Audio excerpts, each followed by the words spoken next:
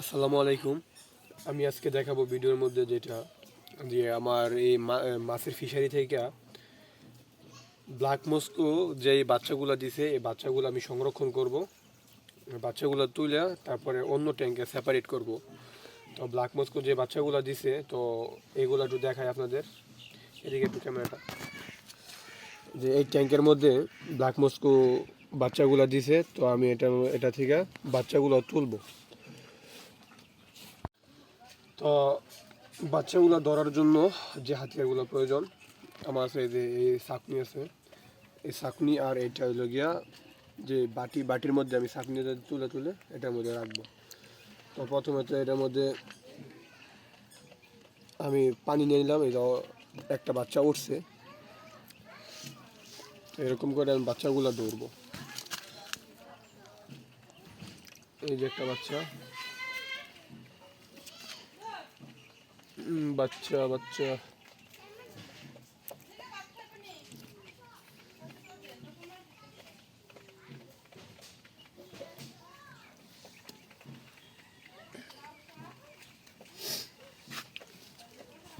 অনেকগুলো বাচ্চা দিচ্ছে। বাচ্চাগুলো সব না সরাইলে অনেক ঝামেলা, কারণ ব্ল্যাক মস্কো মাছগুলা নিজের বাচ্চা নিজেই খেয়ে ফেলায়।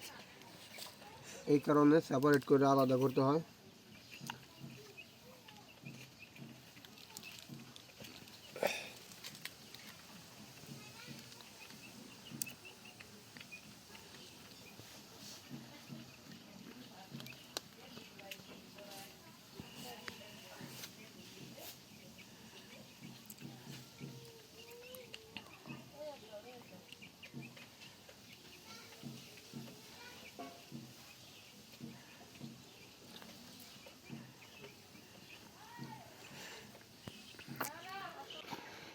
এই যে বাচ্চাগুলা, এই বাচ্চাগুলো এই ব্ল্যাক মস্কো ট্যাঙ্ক থেকে তুলছি। তো এইগুলো আবার আমি আলাদা ট্যাঙ্কের মধ্যে দিয়ে দিব। এই পাশে ট্যাঙ্কের মধ্যে বাচ্চাগুলো দিয়ে দিব। তো নিয়ম হইল যেটা, এই বাচ্চাগুলা এইভাবে পানির মধ্যে 15 মিনিট রাখতে হয়। তো আমি পানিটা এখন নর্মাল আছে আমার মনে হয়, তো সরাসরি এই বাচ্চাগুলো দিয়ে দিব। তো আপনারা যদি এরকমই করেন তাহলে অবশ্যই পানির মধ্যে মিলিয়ে নেবেন।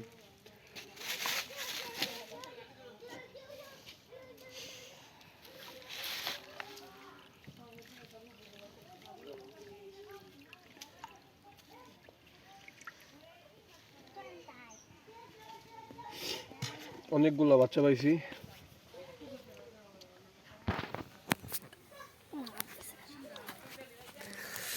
আর এটার মধ্যে যে বাচ্চাগুলো বড় হয়, ফ্রাই থেকে যে বড় হয় ওইগুলো আবার আলাদা অন্য ট্যাঙ্কের মধ্যে শিফট করে দিই। এটার মধ্যে অনেকগুলো বাচ্চা আছে অলরেডি।